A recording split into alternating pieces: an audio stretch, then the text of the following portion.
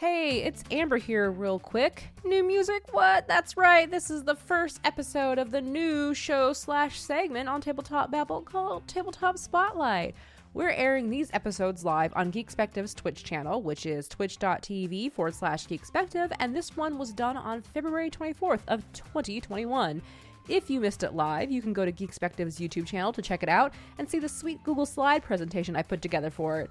And if you want access to those slides, you can become a patron of Geekspective at patreon.com/Geekspective. But you're here right now listening to the podcast version, so take it away, past Amber. Sure thing, future Amber. Hi, and welcome to Tabletop Spotlight, a show within a show on Tabletop Babble. And with me today, I have... Kenny, that's me. Hello. Yes, the other co-host of Tabletop Babble. The other co-host. The other co-host. So, Tabletop Spotlight, what is it? Everyone wants to know. Well, it's a new thing that I'm doing to help break up the interviews.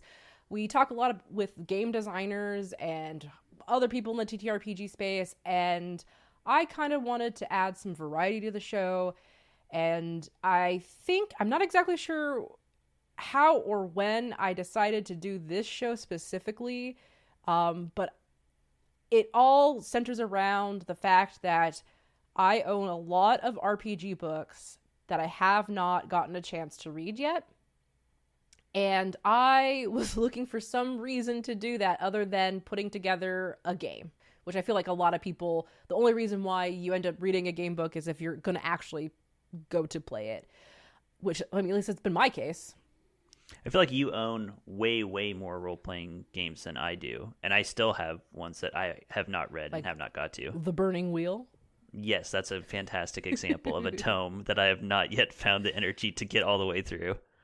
And I feel like there are a lot of people who experience the similar situation that we're in, right? The game comes out, it's super cool, but you don't get a chance to read it or go through it. But also at the same time, I know that this is a personal passion project for me. Like, the reason I'm doing this is because I like organizing information and I like going through stuff. So, welcome to Tabletop Spotlight, a way for me to do my day job, but in games. But also, the thing I like about it is that I am definitely a person. So many games come out, and I want to know what they're about, but I don't have the brain space, I don't have the time, I don't have the energy. And so I thought, what if somebody else did it? And then it's like, what if we did it? Yes, exactly. Because we Kenny and I both watch tons and tons of like movie reviews. It's a big thing, or TV show reviews. And so, yeah, let's just do it ourselves. I'm a instruction manual writer by day. Kenny is a professor. Let's do this thing. So the first game, which the viewer can already see if you're watching this, it is Quest, which is a game that I picked up a while ago, but has been sitting on my shelf. But before we get into Quest, I want to talk a little bit about what this show structure is going to be like. So let's go look at that. Speaking of organization. Yeah, speaking of organization, like there's no way I'm going to do this show without some sort of structure to it. So the show structure. We're going to do the game introduction, which I jumped the gun and started to do anyway, but that's fine. Our first impressions, just our initial impressions of the book. In a nutshell. Yeah, basically in a nutshell. Our game, the actual game overview. So I'm always interested in, like, what is this game, right? Like, how do you play this game? We actually going to do character creation. Ooh, fun. Exciting. Very exciting. I'm very excited about character creation. I know you are. And then there's always the game master section of a book too. And I think that's important to talk about and review because like usually there's tools in it or some like good advice or something. And I think it's good to touch on that as well. And then I have a user experience background and I do layout design, and Kenny also, I guess you do it too, to a certain degree. I don't have the training, but I have just the experience. And it's something I'm interested in anyway. Right.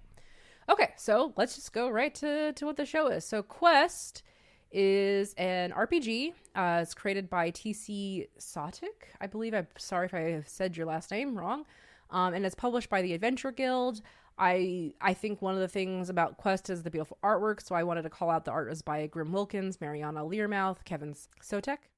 Editor was Chris Plant, and then copy editing was done by Kara Verlaney.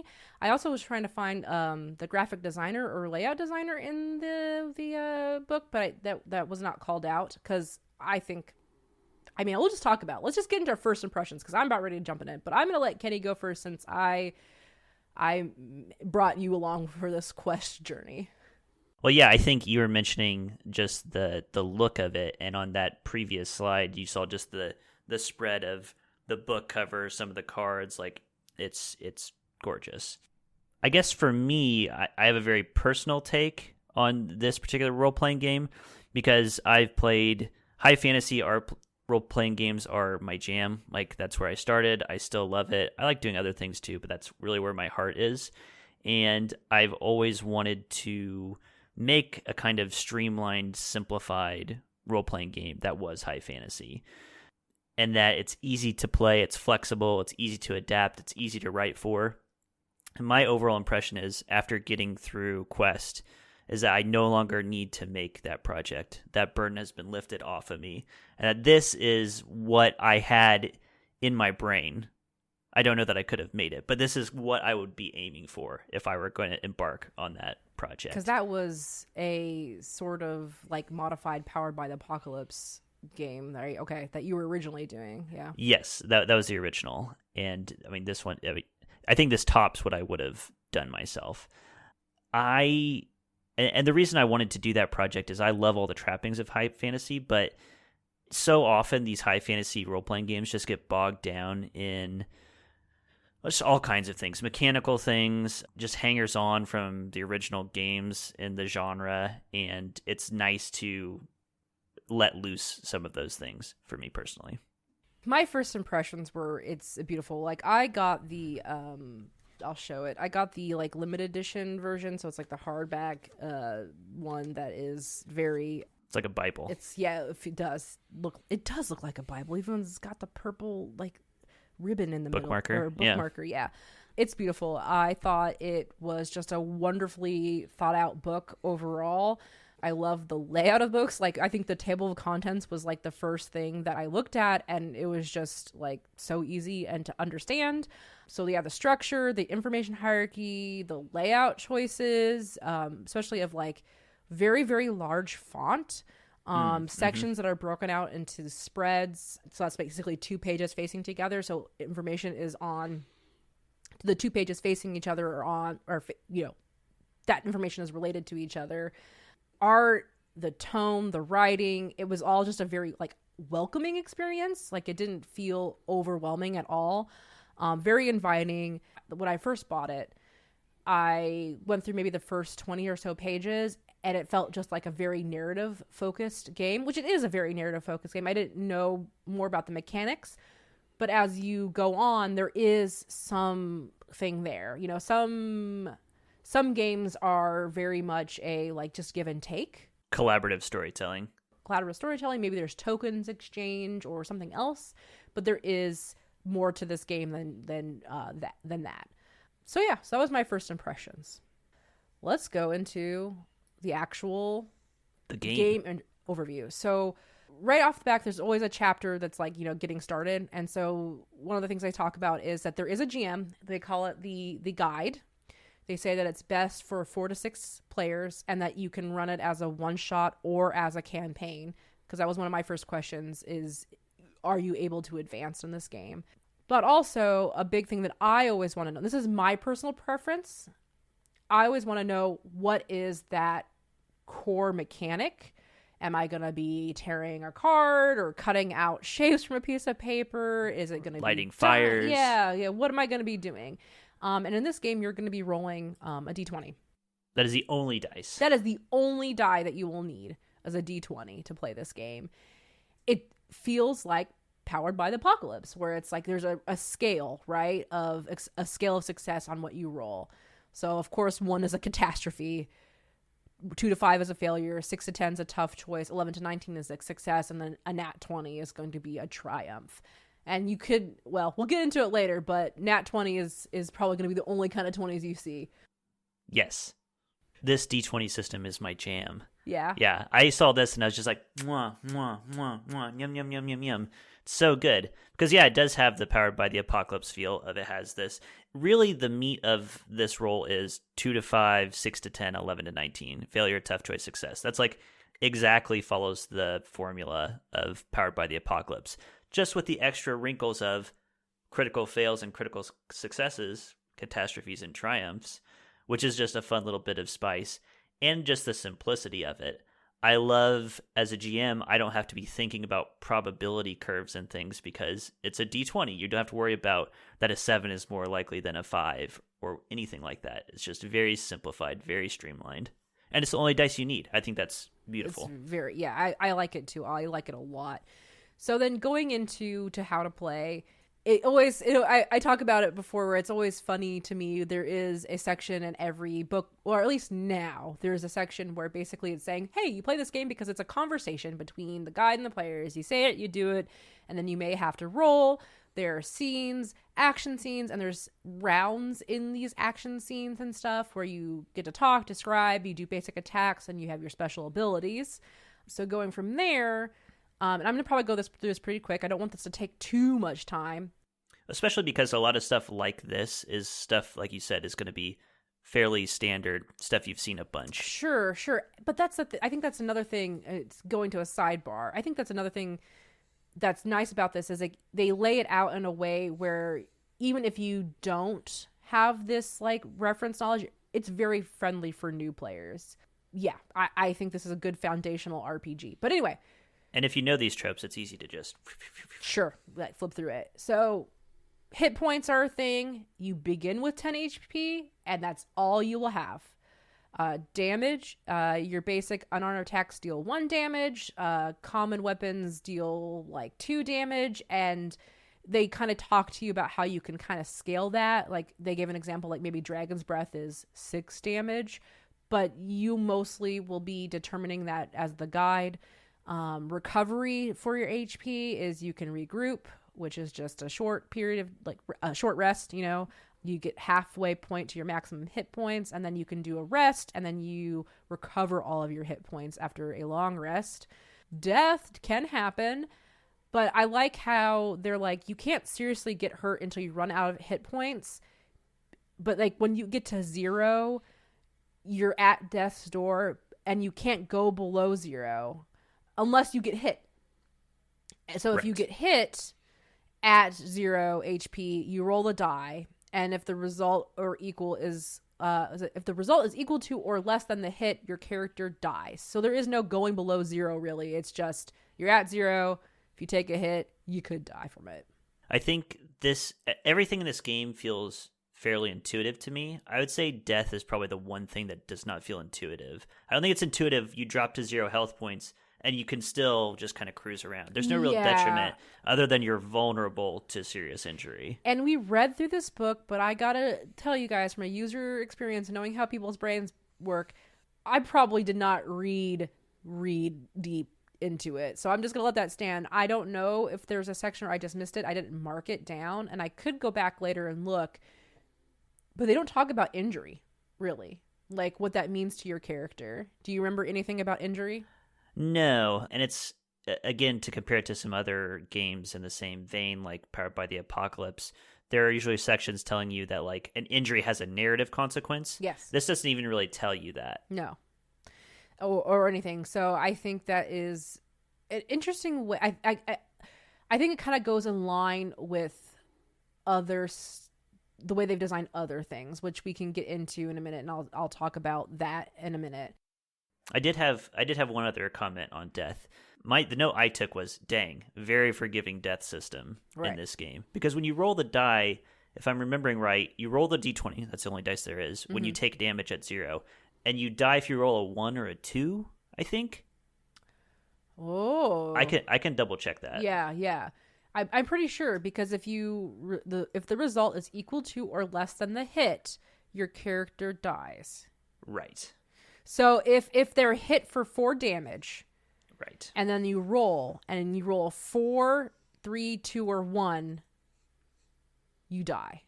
So you have to roll above a 4 in order to live. Right. So it's fairly forgiving, I would say. I which would is say so too. It's not a knock on it. No. That's more of your personal taste thing, like how you'd have to make modifications if you were into a more lethal, more deadly game, Sure. I think. For sure. Or you would have monsters just running around doing a lot of damage, I guess. Yeah.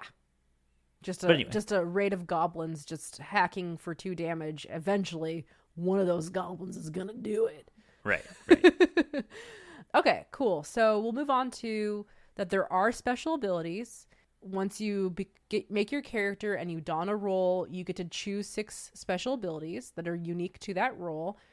Adventure points are the way that you do abilities, and so you have to spend those, and you start out with 10, and then in order to grow in your abilities and adventure points, basically it's like they said it after every session, and they said about 3-ish hours is a session in the book.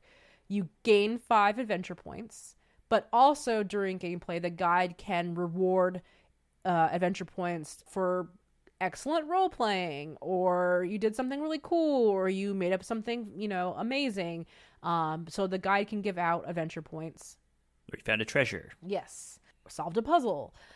Then for abilities, also after every 3-ish hour session, players gain 1 new ability in their role. And this is kind of the next section is why I think the death kind of is in line, is because when it comes to items and buying stuff, there's no money in Quest. Yeah, I liked this too, and I think it's because they don't want you to get bogged down in the minutia of record keeping or inventory or having to do lots of shopping stuff, which can, absolutely, for some people that's fun. I enjoy doing it, and I have players who like going shopping. There's games for that, but that is not Quest. Yes, I would say for me, this is exactly what I want. My first serious role-playing game, I started my senior year in college, and our first session 0, essentially, our GM was like, okay, so you're entering this vast city, you're starting up your business. Do you want to keep track of your meals and your room and board and the money that it'll take? And we're all just like, no, we don't want that. And this really takes that to a pretty nice place, I think, where it's hand-waving most of it, but not money, but getting items and goods still does kind of matter. It's the right balance between simulation and abstraction for me. Though I think if your GM really is the minutia and the nitty-gritty and tracking all those things, this is not the game for you. No, they won't be playing Quest. No. I like it. I remember in I think one of my post-it notes I said, dang, Utopia. Because you get, or just oh, the society we live in. It's the Federation. Yeah, it's you can get most of or all of your basic needs taken care of in most places. You can just get food. Only items carry value, and I'm assuming also your time and your expertise could also be considered that, but it's all barter based. It's all trading. So I'm assuming, if you're playing this game, you're going to be finding items or trading time and effort and energy, or, doing things for people, or finding stuff. And which is exciting for me because I think that's more fun in general.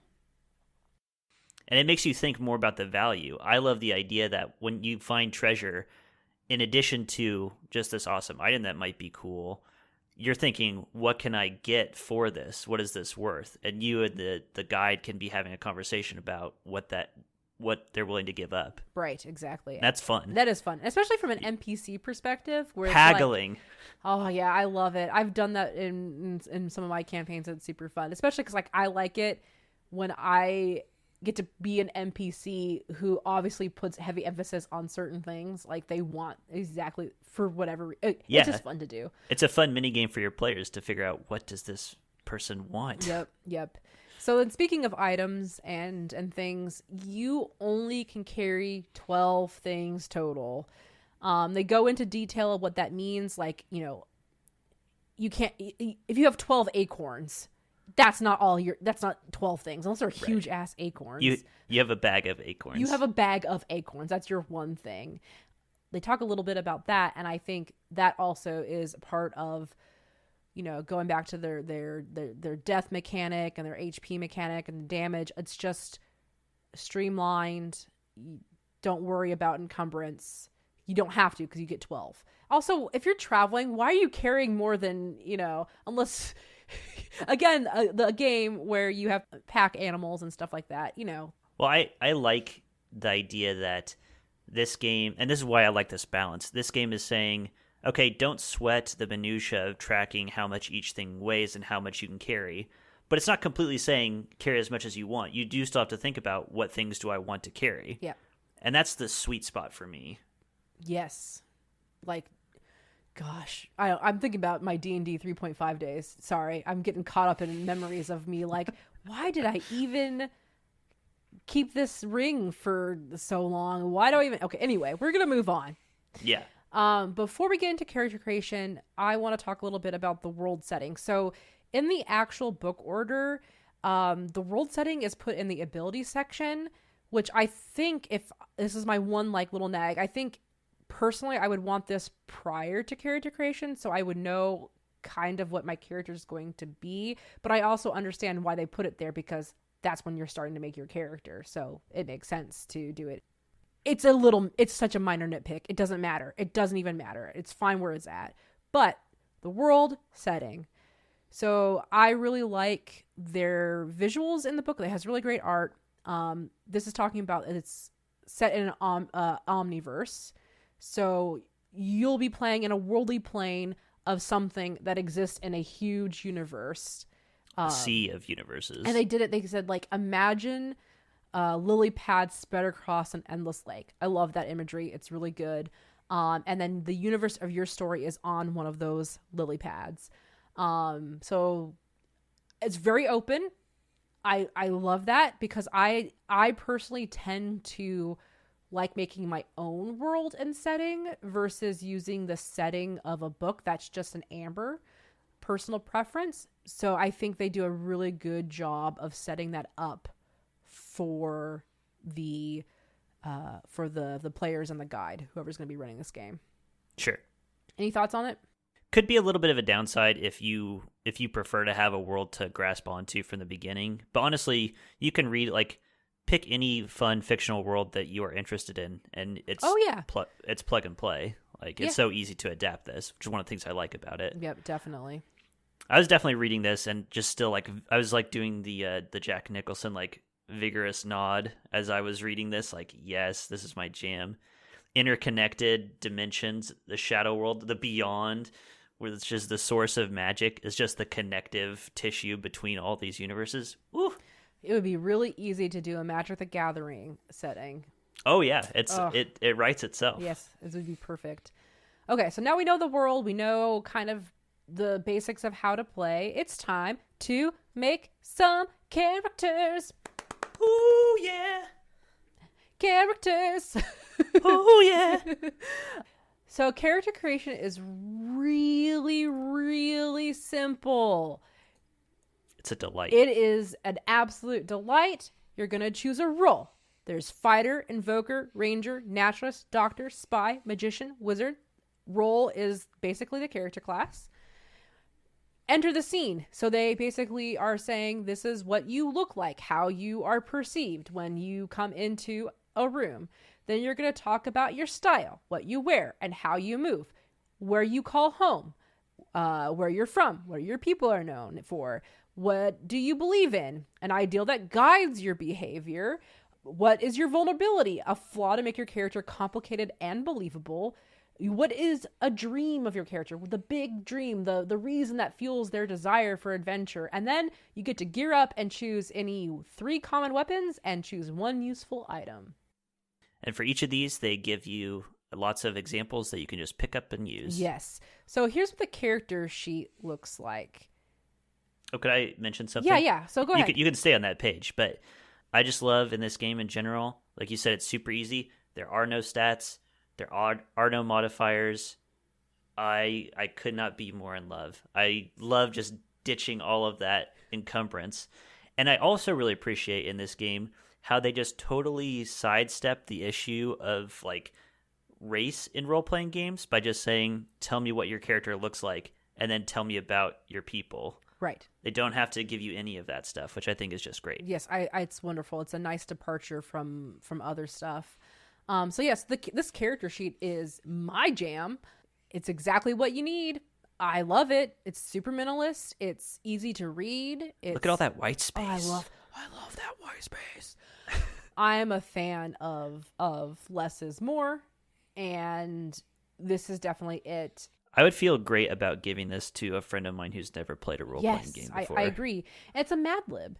And like Kenny said, in the book, there's several pages for basically a page for each, section, right? Each question, right? Like 1 is its own page, 2 is its own thing, 3 is its own page. And they give you lots of examples that you can just plug and play.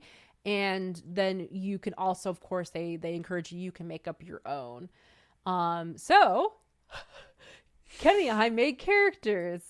We did. We didn't use the character sheet. We did it for this presentation. We kept it in presentation format. So it's not that different. It's really not that different. So here's our characters. Kenny, do you want to do your character first? Sure. Hello, my name is Dr. Winkler. I am 59 years old and stand 6 foot 1 inch tall. I am the party's doctor. When people see me, they first notice my golden scales, my vestigial antennae, and my gentle disposition. I wear a quilted jacket, oversized spectacles, and move with a joyful whistle. I am from a seastead where my people are known for inventing the future. I believe in compassion, but my vain side can get in my way. I dream of publishing a book that's found in every home. Hello, Dr. Winkler. All right. Winkler. I'm sorry, okay? It's not how my mouth works. All right. So you did a voice. F you. I'll do a voice. Hello. My name is Fats Rumbuckle, and I'll never tell, years old, and stand 4 feet 11 inches tall. I'm the party's wizard. When people see me, they first notice my generous curves, heavy brows, and 1,000-yard stare. Real quick pause. It's very funny to think of this voice in a character with a 1,000-yard stare. Yeah, I know. I wear a billowing jumpsuit, antique eyeglasses, and move with great difficulty. I'm from a hidden ward where my people are known for plainly stating their intentions. I believe in heroism, but my foolish side can get in the way. No. I dream of traveling to the stars. Oh, I had so much fun doing that. That's amazing. One quick thing to point out about both these characters. These are all made from the suggestions in the book. Correct. Yep. I love it. So you can get up to some wild shenanigans just with the book suggestions. I imagine Fats Rumbuckle's 1,000-yard stare is like that's his default mode. But when he has to talk to somebody, he goes into hello. He becomes very animated. Yes, yeah, yep, exactly. Well, Dr. Winkler is a fish psychiatrist. I see. He comes from a race of fish people. I see. Well, what does Dr. Winkler carry? He carries one pocket knife, one cane, and a magic candle. Fats carries. I always have a dagger, staff, brass knuckles, and my magic flask that's filled with red Kool-Aid and vodka. Also, items. Well, the common items are not in the book, right? No. They just give you an idea of what your weapons are supposed to be, and then you pick one useful item, and then they showed the useful items that you can pick. Right. And so my magic flask can hold a never-ending pouring of some sort of spirit, and I chose this horrible drink that my dad used to drink. And I chose the magic candle, which is a candle that can light itself and put itself out just by my command. It drips wax, which I think is interesting, but it doesn't seem to lose any. So in my head, I have ideas for this wax. Interesting. Yeah. Start a wax business. Can I ask a question? Yes. So this is something I'm not clear on from the book. Obviously, you can do whatever you want. But does the book ever say you can fill in these Mad Libs with other stuff that's not in the book? Yeah. Okay. Yeah, definitely. They say, here's stuff that you can put in, but feel free to make your own choices. In my head, I was like, of course you can do that, but I just didn't realize or didn't know if they... 100%. Okay. So then, so once we got our character made and we've chosen our items, then it's time to do the abilities. So the way that special abilities work, it's so good. Oh my gosh. It's beautiful. It's so beautiful. I was having my mind blown reading this. I know. Me too. So as a wizard or as a doctor, you have several different learning paths available to you. I think each is there's 6 or 7 different learning paths themselves.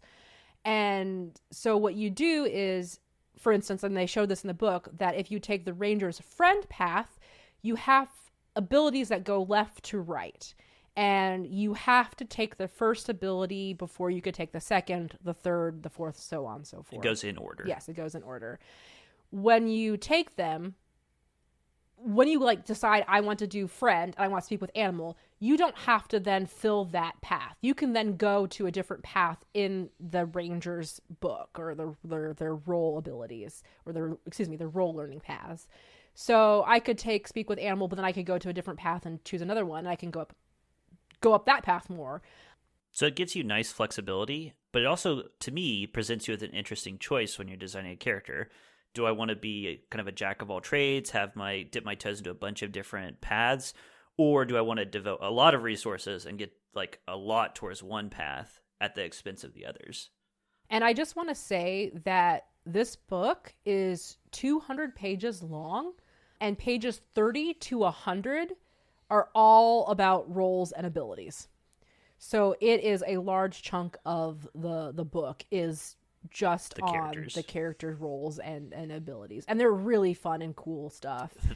They are really cool. Yes. So some abilities have that cost of adventure points we talked about. And I like how they show what that would cost. So it's a little tab with a black tab with a number in it.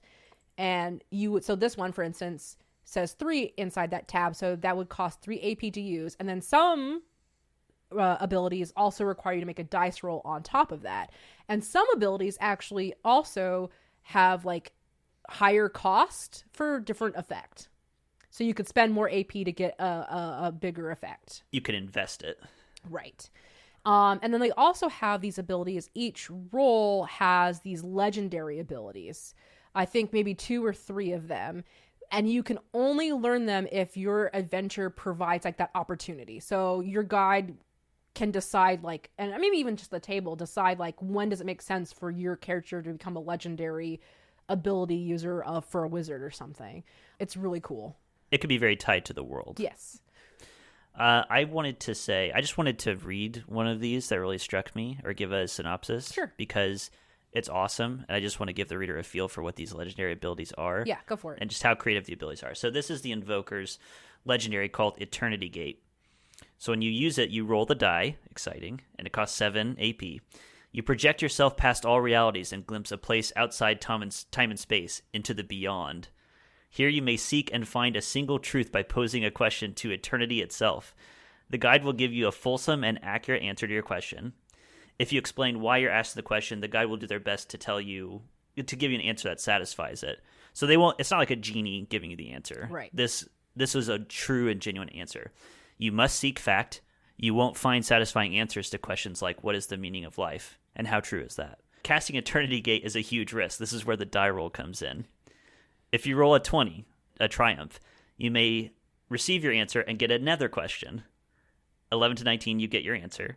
6 to 10, you receive your information and return to your body after 1 week. Your mind ages by 1 year in that 1 week. 2 to 5, you fail to receive the information and return to your body after 1 week. Your mind is racked from wrong turns in your search. You aged by 10 years. Choose an additional character flaw. 1, catastrophe. Your mind is trapped in the beyond for 100,000 years, where you experience an endless search through a maze of other realities. After enduring this ordeal in the beyond, your mortal consciousness fundamentally changes when you return to your body after 1 week in real time. The ideals and flaws of your previous self have washed away during your incomprehensible exile. Choose a new ideal, a new flaw, and a new dream to reflect deep changes in your personality. So intense. That's amazing. I would be hoping to roll a 1. That was exactly my note on it. Is like, this is so fun no matter what you roll. Oh, it's so good because it's like so other podcasts that I'm on, I've talked about it enough, but I've been watching the Marvel Universe MCU movies. I'm gonna bring it up here. I have to, but it just reminds me of like going quantum and Ant-Man. Like, you just like, I went too small. I'm gonna be trapped down here forever. Whoops! Although Ant-Man and Wasp, I have some logic bones to pick with you. Ant-Man, okay. Ant-Man, Wasp, I don't know. Right. Anyway, that'll be our show within a show within a show. Yeah. Sidebar: show inside a show. Talk about movies. Okay. No. Okay. So it's amazing. I love it. They're super fun to choose. So we actually chose abilities for our characters as well. I'll let Dr. Winkler go first. And I don't want to go into like the heavy detail. Yeah, of course. So I chose pads on the healing path, necromancy, harm, 2 in perception, and 1 in examination. And I enjoy these 2 because I'm already thinking about what my character's story was, and you can think about your paths as informing that. So he came from a place that was like studying like the dark arts of medicine. Like, they're trying to meddle with the forces of death, and Dr. Winkler wants to heal people by healing their minds. So he has some of that knowledge of how to harm, but he's more interested in perception and examination. I see. Interesting. So like, we also wrote up here for people who are not seeing this, watching this video and just maybe listening to the podcast, we also put up here what things cost. So like, his Dr. Winkler's abilities for healing mend is 1 AP. Death sense, you can do 1, or you have 2 options, 0 or 2 options for 1 AP. On the harm path, I took corrupt, which is a 0 AP, very handy. Perception, I took modulate, which is 1 AP. And also took shape senses, 1 or 2 AP, and then examine the dead under examination for 1 AP. Makes sense for a doctor. Sure. So for Fat's abilities, wizards have evocation, conjuration, plane shifting, magecraft, projection, and trickery. Man, that's like a Cracker Barrel word for me. Yeah. Oof. Projection and trickery. So Fats is, I play a lot of silly wizards. Really? Oh, yeah, really. And I really liked the trickery path a lot because it spoke to me as far as a graphic designer and what I do on a daily basis, which is to say I took trickery speak. I talk a lot in my day job, whatever. But there's also trickery pinch, trickery stretch, trickery undo. There's also trickery Photoshop I see there. That's interesting. No, there's no Photoshop. But I really liked those. I like manipulation and illusion, and I didn't want to be a magician. I wanted to be able to actually make like true things happen.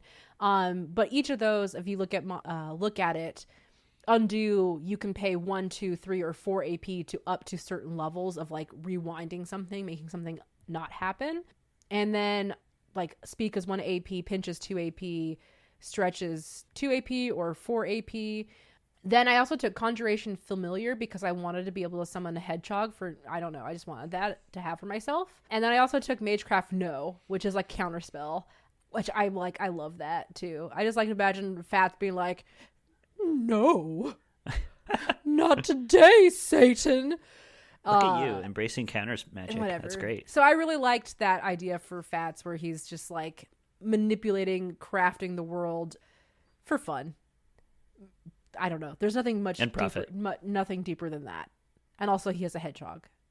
So that's the character stuff. It's really fun. I really enjoyed making the characters, looking through. It's very evocative. Yeah. It lends itself to good characters without having to put much work, but you can put work into it to get something really amazing. That was player stuff, and there is a section for the guide. So now we'll talk a bit about the guide, and I'm kind of just gonna really just brush through this, right? Like, I just want to talk high level, like this is what they have to offer for the GMing side. So you are the lamp that lights the way. They really talk about the basics of GMing, which is good. This is a conversation. You need to be focusing on the fantastic. There is a player safety section, which is really nice. They talk about boundaries. They talk about something called a stop sign. That's their tool for this game specifically. And then they link to other additional resources. There are really good tools in this game that I'm going to steal to use from other games I run. So like, for instance, building the world, there's a worksheet for setting the big scene picture of what's going on and what your players are going to be interacting with. They talk a lot about how to run the game, clues, challenges, consequences. I really liked this section. I wish I had this section when I first started jamming. I liked it too. The only thing for me that, again, this is like your tiny nitpick stuff. They call them clues, and they're more than just like a clue as to what's happening, like in a scene. They're hooks. They're hooks, yeah. And I feel like they were really married to their C words in this section. You know what? And I don't mind. I like it. It's good All for right. me. What? I don't like it as much, but that's a small thing. They talk about how to set scenes, like offering these clues or providing more to the hook. Be flexible, and then they give a lot of good examples of like hooks and clues, whatever you want to call them. They talk about rolling the die, like trials. Only roll once, which I thought was very important considering you have 1d20 and no modifiers. They talk a lot about NPC roles and like good examples of challenges. They talk about consequences, they talk about low risk, higher risks, rewards, setbacks, tough choices, like what to put in front of your players, essentially. Mm-hmm. I liked this section about mercy. It's kind of in theme with their game. Mm-hmm. It's in theme with their game. It makes sense. Like, it's okay to give the players a way out of their situation, especially if it makes the game more fun. So that's the bit that really is like thumbs up for me. If it makes the game more fun. So winning all the time is not necessarily fun.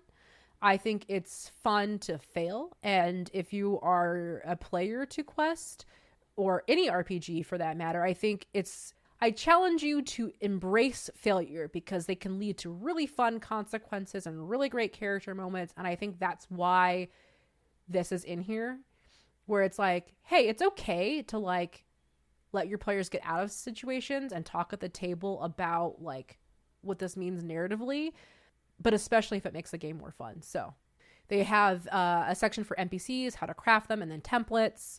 They talk about how combat works, rounds and turns. They give a good example of combat. And then they also, which is very important, I think, in a game like this, how to calculate difficulty rating, especially since you don't have to think about modifiers or anything else. It's like, I was like, how do you scale stuff in this game? How do you make things more or less difficult? Right, because it's like you stay at 10 HP, but your abilities are getting better. So how do you scale that now? That's a really good section. There's a section for the first play. So the first session together. They talk about managing sessions. There's also advanced rules for things like dual roles. So if somebody wants like multi-class, essentially, that's pretty cool. And then for the rest of the book, like pages 133 through 155 are just treasure. Stuff they can find. Big part of this book, character creation and treasures. Yes. Huge chunks. So yeah, that's the guide section. Anything you stood out to you, Kenny, in the guide section? I think nothing that I haven't already noticed. The only thing that I kind of like wrinkled my nose at was mercy, but that's just because of my background. Yeah. Consequences matter, but I think they give you consequences and follow it with mercy. I think having both is good. Like there should be consequences to what the players choose to do, but it should end with what's fun. Sure, there should be consequences, but that's because consequences can be fun. Yeah, Kenny, this is not a death trap dungeon game. I'm thinking about how to make this one. Oh, it would be actually pretty fun. Honestly, it would be pretty fun. Especially if it's a one-shot. Man, I would run fat through some spikes. Anyway. All right, well, I'll log that away. Okay, let's move on to our last section of the show, which is about UX and layout. I'm going to let you go first. Okay. I'm sure we'll overlap in a lot of our thought here. I thought that the order of information was pitch perfect. I thought it went in a completely logical way where everything is just building up more information. And then when I get to character creation, it's like, I'm ready to build a character. I never had a moment where I was like, wait, what is this referring to? Maybe it'll tell me what this means later, which I really don't like those moments when I'm reading RPG books. So I really didn't get any of those. The pages are really decluttered. They are not busy at all. You'll get a little bit of art here and there, but the focus is on the ideas. And then when they want to give you art, they're used to say, here's the next section of the book, and you get this huge, beautiful splash art, which can immerse you a little bit. What I really love, two big things stood out to me, specific things, is that they are very good at presenting information and giving it to you in a way where they don't have to tell you what they're doing. So, for example, they have this page where they're just telling you that conversation thing that you were talking about. They're trying to get that across, that it's a give and take between the guide and the players. And so on this page, on the left side, you get a column telling you all about that. You get some art as a divider of information down the middle. And on the right-hand side, you get an example of what that would look like. But they don't label that. They don't tell you, here's an example of play, and here's what it might look like. They don't have to. It's completely obvious, and it's separate from the rest of the text. It's smaller. I think it gives you this information very economically. And then something you mentioned earlier, you were talking about the cosmology, like the omniverse and the beyond and the shadow plane and all that stuff. Another place where they do that is when they're talking about just the simple thing of distances, like in combat. And they give you a little written description of each one, and each comes with an illustration of an adventurer with a bow and some kind of beast that they seem to be hunting, that gives you just a quick visual indicator of what they mean by these distances, which again, super economic in terms of the information you're getting versus how much text and how much space it's taking up. Yeah, it is.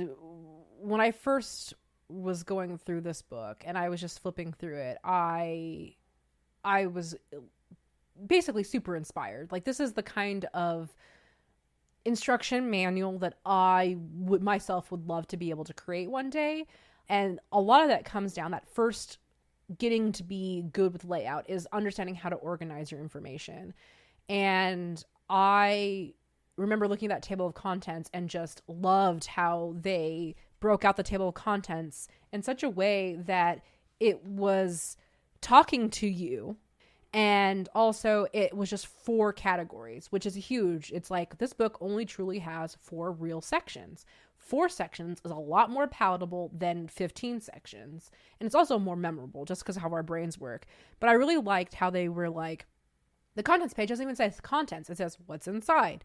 First, we'll teach you how to play the game. And then there's a page numbers of everything. Second, you'll create a unique character with a backstory, a dream, and a role to play.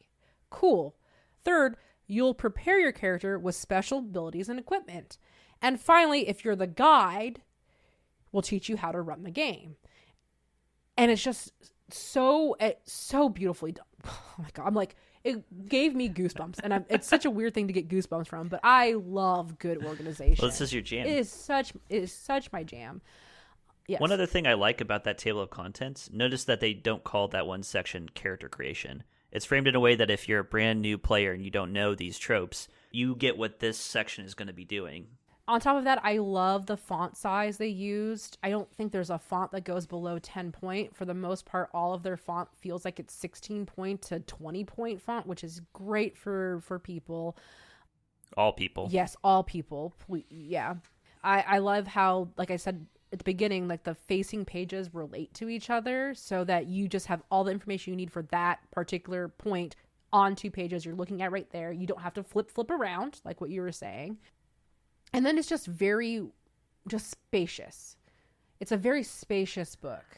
I think I'm missing out a little bit even. I mean, I'm gushing about it too, but I only have the digital version. Mm-hmm. The physical version, I bet, feels even more spacious, luxurious. It's what you're saying. I was going to bring that up too, is that they have 2 different layouts. One that's optimized for digital, and then they also have obviously the physical print, which I was the one that was using. Another thing I would like to say is that they said in the beginning of their digital print that, toss a coin. There's like a little thing that says toss a coin to you toss a coin, because they said, we don't mind how you got this PDF, but please consider doing as we want people to if play. you like it. If you like it, yeah. Whatever. I thought that was really nice. So going back to that spaciousness, I think sometimes there's this natural inclination to fill up those pages with as many as you can, so you can have less pages, because for some reason less pages means less overwhelming. That's not the case at all. Like, this book was 200 pages and it didn't feel tiresome at all. And it's because if you start to like shrink stuff down and begin to fill pages with things, too many things, that spaciousness that goes away, your brain starts to get cluttered with information. I bet they could have, if they really wanted to, gotten this book down to 100 pages. They could have cut in half. But you would have lost out on really beautiful art that reinforces one learning to tone and like the mood of the game. And it would just be visually cluttered, which is not good for brains, for how we process information. Again, going back to font choices, great font choice, easy to read. The space between the lines was great. The art was beautiful. I'm very layout conscious. I really don't like justified text in books. I think sometimes it can be done okay and it works, but a lot of times it can be hard on the eyes because it doesn't give a lot of movement variation. So I liked it. All their text was ragged right or left aligned. I'm a huge fan of that. So I mean, for me, I put so many Post-it notes. Like, nobody, if you're listening to the podcast, you can't see, but I've gotten so many Post-it notes in this thing. Just random stuff. Like, I love that they bolded keywords. I love that they had bullet point lists, and I love that they had page references next to stuff. So it's like, oh, your character profile's on page 31. The character worksheet is on page 32. I was noticing things that they had on the physical print, they had the page numbers 22 and 23 were on the same page on the top right. That was an interesting choice. I've not seen that before. Yeah. I did notice that in the digital version as well. Yeah. Did bother me, but so yeah, there's just a lot of good little stuff. I love how they show you, like what I showed in the presentation, what AP looks like. They call that out. But yeah, it's just a really good. Yeah. And I liked that in the same thing. There's like sometimes abilities will say will ask you to roll the dice. It'll come with a tag that looks like this: black box, roll the die. Like, couldn't be clearer. And I love it. I mean, it's good. So anyway, great. I love it. It's fantastic. Yep. So yeah, so with that, I mean, that's our first tabletop spotlight. Do we give a grade? Do we just, is it thumbs up, thumbs down? Thumbs up, thumbs down, waffle hands. I mean, this is easy for us on this one, right? Right. Just like thumbs up. Like, we're into boom. it. Go check it out. I after reading this, I want to run this game. Or playing it. Wink, wink, wink, yeah, wink. Yeah. Winkety wink, wink, wink, wink. So yeah, so I think I said it was like the Adventurers Guild is where it's published. It's called Quest. You Google it, do Quest RPG, because if you just do Quest, it's probably not going to show up. But yeah, I really love it. It's good. It's fantastic. You can also go to www.adventure.game. I hope you enjoyed it. We plan on doing this every 4-ish interviews. Tabletop Spotlight will come out.